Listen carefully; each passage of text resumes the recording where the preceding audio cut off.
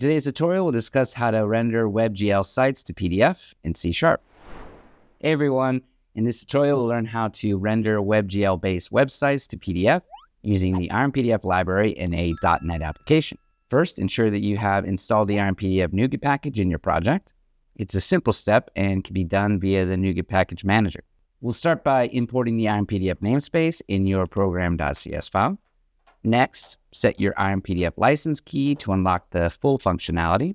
To handle the complex rendering of WebGL sites, we enable installation.singleProcess to true and hardware GPU acceleration by setting installation.chrome GPU mode to hardware. We use the Chrome PDF render to render WebGL-based websites. Additionally, we introduce a 10-second delay to ensure that all JavaScript components, including WebGL, are fully loaded. Now, render the desired WebGL URL as a PDF using render URL as PDF and save the resulting PDF with WebGL content. So let's run the application to see the output. And there you have it. We've successfully rendered a WebGL site into a PDF using IronPDF. This is perfect for cases where you need to capture interactive or dynamic web content in a PDF format.